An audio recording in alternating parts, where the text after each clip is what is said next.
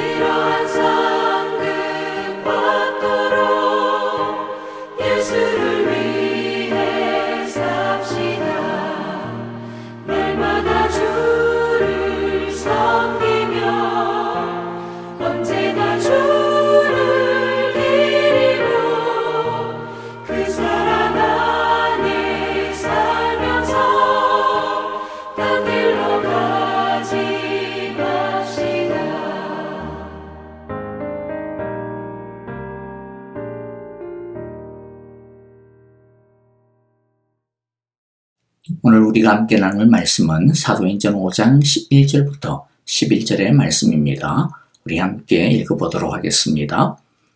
그런데 아나니아라는 사람이 그의 아내 삽비라와 함께 소유를 팔아서 그 값에 얼마를 따로 떼어 놓았는데 그의 아내도 이것을 알고 있었다. 그는 떼어놓고 난 나머지를 가져다가 사도들의 발 앞에 놓았다. 그때에 베드로가 이렇게 말하였다. 아나니아는 들으시오. 어찌하여 그대의 마음이 사탄에게 홀려서 그대가 성령을 속이고 땅값에 얼마를 몰래 떼어놓았소. 그 땅은 팔리기 전에도 그대의 것이 아니었소. 또 팔린 뒤에도 그대 마음대로 할 수 있었던 것이 아니었소. 그런데 어찌하여 이런 일을 할 마음을 먹었소. 그대는 사람을 속인 것이 아니라 하나님을 속인 것이요. 아나니아는 이 말을 듣고 그 자리에서 쓰러져서 숨졌다. 이 소문을 듣는 사람은 모두 크게 두려워하였다. 젊은이들이 일어나 그 시체를 싸고 메고 나가서 장사를 지냈다. 3시간쯤 지나서 아나니아의 아내가 그동안에 일어난 일을 알지 못하고 돌아왔다. 베드로가 그 여자에게 물었다. 그대들이 판 땅값이 이것뿐이요. 어디 말해보시오. 그 여자가 대답하였다. 예, 그것뿐입니다. 베드로가 그 여자에게 말하였다. 왜 그대들 내외는 서로 공모해서 주님의 영을 시험하려 하였소. 보시오. 그대의 남편을 묻은 사람들의 발이 망문에 다다랐으니 그들이 또 그대를 메고 나갈 것이요. 그러자 그 여자는 그 자리에서 베드로의 발 앞에 쓰러져서 숨졌다. 젊은이들이 들어와서 그 여자가 죽은 것을 보고서 메어다가 그 남편 곁에 묻었다. 온 교회와 이 사건을 듣는 사람들은 모두 크게 두려워하였다. 아멘. 사장의 마지막 부분을 보면 교회를 향한 위협에도 불굴하지 않고 도리어 교회가 마음을 하나로 모아 하나님께 간절하게 부르짖었더니 하나님께서 성령의 기름을 부어주시고 그로 인해 교회가 영적으로나 양적으로 크게 부흥하게 되었다라고 하는 장면이 나옵니다. 이 부흥의 극적인 장면이 무엇이었느냐면 성도들이 자신들의 물질을 자발적으로 아낌없이 나누었다라고 하는 것이죠. 심지어는 땅이나 집을 가진 사람들은 그것을 팔아서 서로의 부족한 것을 메우고 어려운 것을 채웠다라는 것입니다. 이것은 사도들이 무슨 강제적으로 그렇게 시킨 게 아닙니다. 그렇게 하면 목교회에 어떤 높은 지위를 준다거나 감사패를 준다거나 이름을 어디에다가 새겨준다거나 그런 어떤 혜택이 있는 것도 하나도 아니었습니다. 이것은 성령으로 충만하니까 사랑 충만하게 되었고 그러다 보니 측은지심이 마구 솟아나서 자발적으로 기쁨으로 그렇게 하게 된 것입니다. 오늘 5장의 첫 부분의 이야기는 이렇게 교회가 어려움 앞에서도 도리어 성령 충만하고 사랑 충만하여 건강하게 성장하고 있는 가운데 찾아오기 시작하는 여러 어려움 중에 하나입니다. 호사다마라고 하는 말이 있지 않습니까? 좋은 일들이 있으면 꼭 안 좋은 일이 생기기 마련이라는 것이죠. 그처럼 성도들이 영적으로 건강하게 성장하고 은혜 충만하고 성령 충만하게 되면 그것을 시기하고 넘어뜨리려고 공격하는 사탄의 술수가 반드시 이어지기 마련입니다. 우리는 흔히 우리가 영적으로 성장하면 사탄은 이제 겁을 먹고 얼씬도 못할 거야 라고 생각을 하는데요. 그러나 사탄은 우리가 생각하는 것보다도 훨씬 더 집요하고 또 교묘합니다. 사탄은 우리를 어떻게든 넘어뜨리려 합니다. 사탄은 포기하는 법이 절대 없습니다. 사탄이 아무리 우리를 넘어뜨리고 공격하고 상하게 하더라도 사실 사탄은 우리를 하나님의 사랑에서 뺏을 수 없습니다. 왜냐하면 우리는 약하고 넘어지고 우리는 심지어 하나님으로부터 멀어지기도 하고 하나님을 배반하기도 하고 그러지만은 그러나 설령 그렇게 우리가 하나님을 밀치고 멀어지겠다라고 하더라도 하나님이 우리를 포기하지 않기 때문이죠. 우리는 하나님의 손을 놓으려고 하지만 하나님이 우리의 손목을 절대로 놓지 않으시고 붙잡고 있기 때문에 사탄은 우리를 하나님의 손에서 절대로 뺏을 수가 없는 것입니다. 사탄도 자기가 우리를 괴롭힐 수 있을지는 모르지만은 뺏을 수는 없다라고 하는 것을 너무나도 잘 압니다.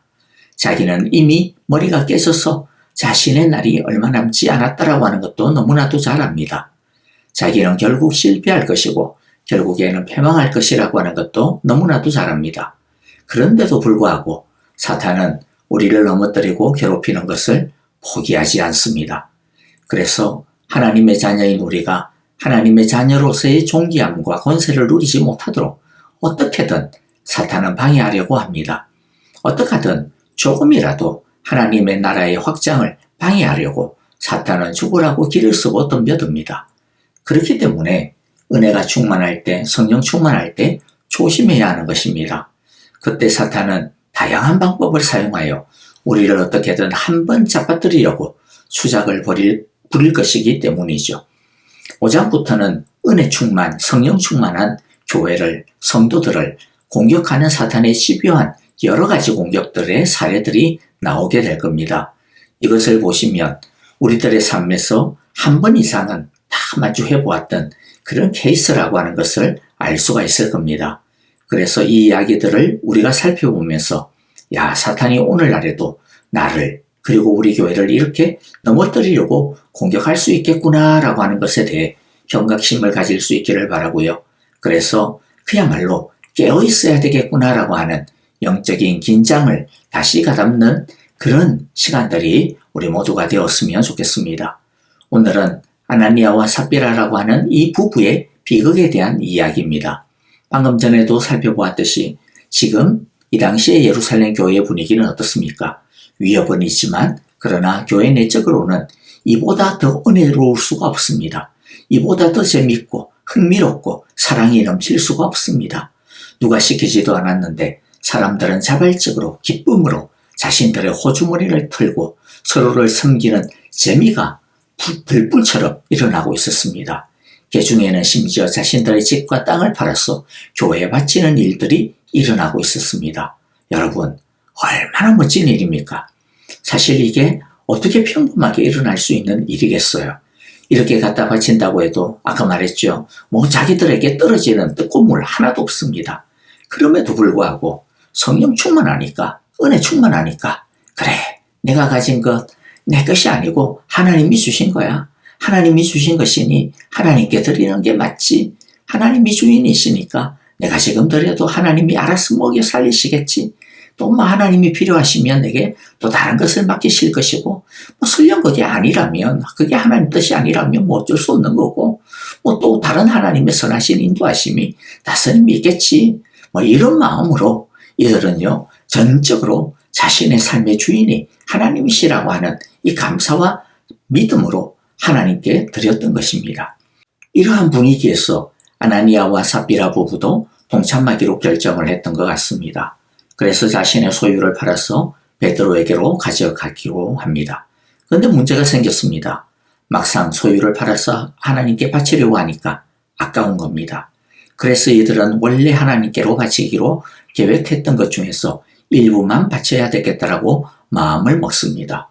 그리고 가져가가지고, 이거 팔았는데, 전부는 아니고 이것만 가져왔습니다. 라고 말하면 되잖아요. 누가 억지로 시킨 것도 아닌데. 그런데 이들은 베드로에게 소유를 팔은 돈을 가지고 와서는 자기들의 팔은 전 재산이다. 라고 그렇게 거짓말하면서 바쳤던 것 같아요. 그런데 여기에 대해 베드로 사도가 무엇이라고 말합니까? 3절에 보니까 어찌하여 그대의 마음이 사탄에게 홀렸어. 그대가 성령을 속이고 땅값의 얼마를 몰래 떼어놓았어. 자, 여기에 핵심이 무엇이냐면요. 왜 소유를 반 전부를 안 가져왔냐? 왜 일부만 가져왔냐? 그게 핵심이 아닙니다. 핵심은 왜 속였느냐? 속이고 있냐? 누구를? 성령을 속이고 있냐라고 하는 것이죠. 그러니까 뭘 속이고 있다라고 하는 것을 유추할 수가 있겠습니까? 이게 일부인데도 불구하고 전부라고 지금 속여서 말하고 있다라고 하는 것을 우리가 유추해서 알 수가 있는 것이죠. 그런데 베드로가 이들이 속이고 있음을, 거짓말하고 있음을 지적하죠. 아나니아는 이 말을 듣고는 그 자리에서 쓰러져서 죽고 맙니다. 나중에 찾아온 아내인 삽비라도 남편 아나니아와 똑같은 거짓말을 하고 그녀도 남편과 같은 모양으로 죽고 맙니다. 여기서 우리는 이 사건의 핵심을 잘 잡아내야 합니다. 이 사건은 소유를 다 팔아서 헌금을 내야 한다라고 하는 것. 이 사건은 소유를 다 팔아서 헌금을 내야 한다라고 하는 그런 것을 말하려고 하는 것도 아니고요. 하나님께 한 푼이라도 땡가 먹으면 안 된다. 그런 것을 말하려고 하는 것도 아닙니다. 핵심은 하나님을 속이면 안 된다라는 것이죠. 아나니아와 삽비라의 죄가 무엇입니까? 전부가 아닌데도 전부인 것처럼 속인 것이 문제였습니다. 쉬운 성경은 4절을 이렇게 풀어서 번역을 하고 있는데 4절에 대한 아주 명쾌한 해석입니다.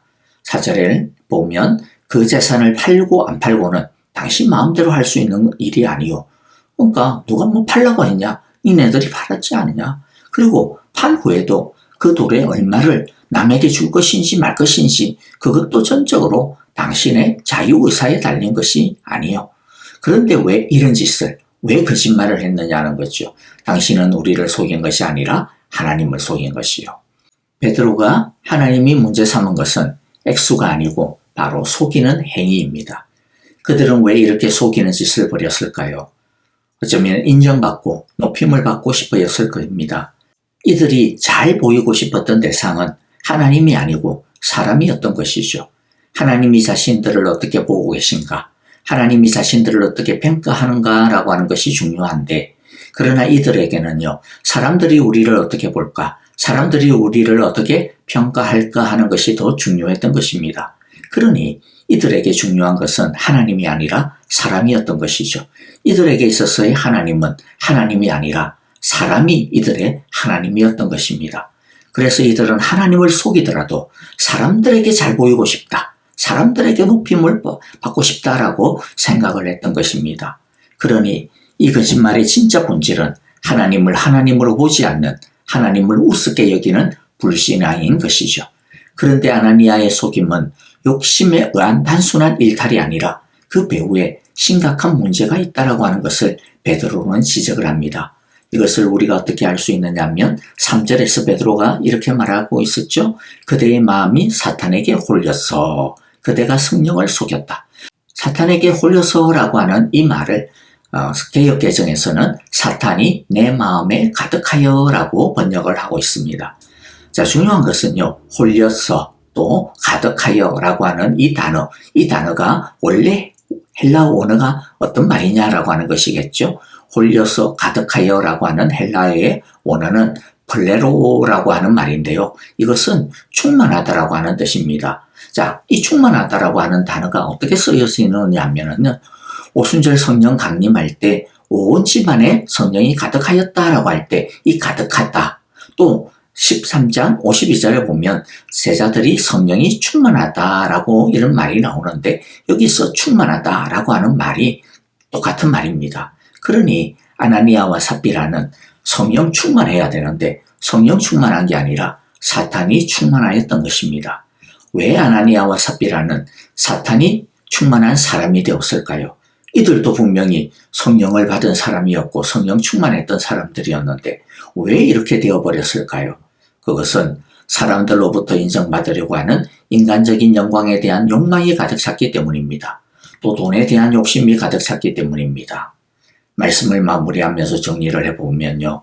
오늘 말씀은 성령 충만한 사람도 사탄 충만하게 되어가지고 자기의 고결함을 다 잃어버릴 수도 있구나라고 하는 엄중한 경고입니다. 베드로의 경고가 의미하는 바가 무엇입니까? 너의 마음을 지키지 않으면 안 된다라는 것이죠. 우리는 흔들릴 수 있어요. 사탄의 유혹에 노출될 수도 있습니다. 그러나 또한 우리의 마음을 지킬 수도 있습니다. 성령님께 우리의 마음을 계속 드릴 것인지 아니면 사탄이 우리에게 심어놓은 욕망과 유혹을 따를 것인지 라고 하는 이 시험에서 우리는 우리의 믿음을 지켜야 한다는 것이죠. 교회 안에서 무서운 시험이 무엇입니까? 사람을 의식하고 사람을 인정받으려고 하는 욕망입니다. 오늘날에도 이와 같은 욕망들이 인정의 욕구들 때문에 얼마나 많은 다툼과 또 시기와 또 분쟁들이 일어납니까? 4장 마지막 부분을 연결하여 보면요. 아나니아와 삽비라는 바나바라고 하는 사람을 의식했습니다. 자기 스스로 바나바와 비교했고 바나바가 존경받는 것을 부러워했고 시기했던 것 같습니다. 그래서 자기 스스로 자기의 욕망에 덫에 끌려들고 말았습니다. 신앙은요. 경쟁이 아닙니다. 비교할 필요가 없습니다. 온전히 하나님 앞에서 우리의 수준에 맞게끔 우리가 할 수 있는 힘을 다해 전심을 다하면 되는 겁니다. 그리고 마지막으로 우리는 중심을 보시는 하나님 앞에 서 있다라고 하는 것을 항상 잊어서는 안 됩니다. 하나님 앞에서 뭔가 있는 채 할 필요가 없습니다. 하나님이 보시기에 얼마나 가짜고 우습겠습니까? 하나님 앞에서 우리는 진실하면 됩니다. 아까우면 아깝다라고 말하고 수준이 안 되면 아직 수준이 안 됩니다라고 진실하게 하나님 앞에 말하면 됩니다. 그리고 주여 아직 제 모습이 이렇습니다. 불쌍히 여겨주십시오. 주님 아직 내 수준이 이렇습니다. 은혜를 주시옵소서. 내 믿음을 더하여 주옵소서라고 엎드리면 될 뿐이죠. 누가 뭐라고 하는 사람 아무도 없습니다. 하나님도 뭐라고 안 합니다. 하나님이 원하시는 제사는 상하고 통회하는 심령입니다.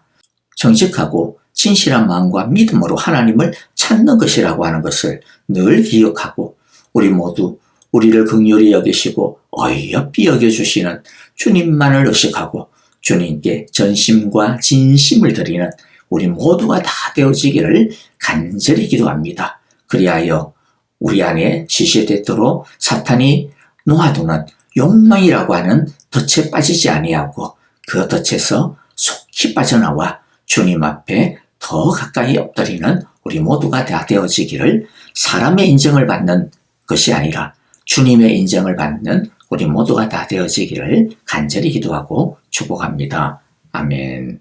자, 오늘 우리에게 주신 귀한 말씀들 마음 가운데 새기면서 우리 함께 찬양하며 기도하도록 하겠습니다. 교회를 위하여 기도합니다. 주님 우리 사랑의 교회, 사람의 인정과 사람의 칭찬과 그리고 비교와 경쟁이라고 하는 이 욕망의 덫에 걸려 넘어지지 않게 하여 주소서라고 우리 함께 기도하기를 원합니다.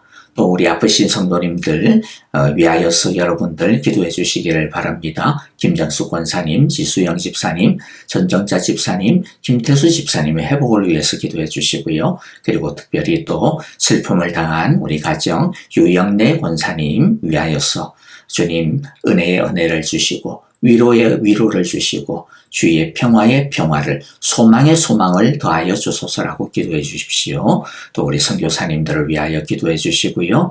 특별히 도미니카 공화국 단기 선교팀들 사역 마치고 돌아왔는데요. 뿌려진 그 복음의 씨앗들이 잘 자라게 하소서, 열매 맺게 하소서라고 우리 함께 기도하면 좋을 것 같습니다. 다 함께 찬양하며 기도하겠습니다.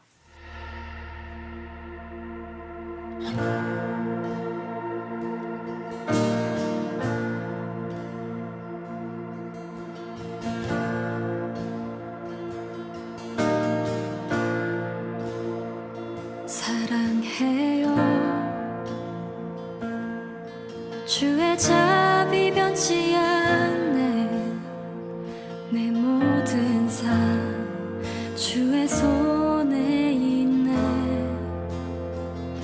난 눈을 뜰 때부터 잠들 때까지 난 노래해 주의 선하심을.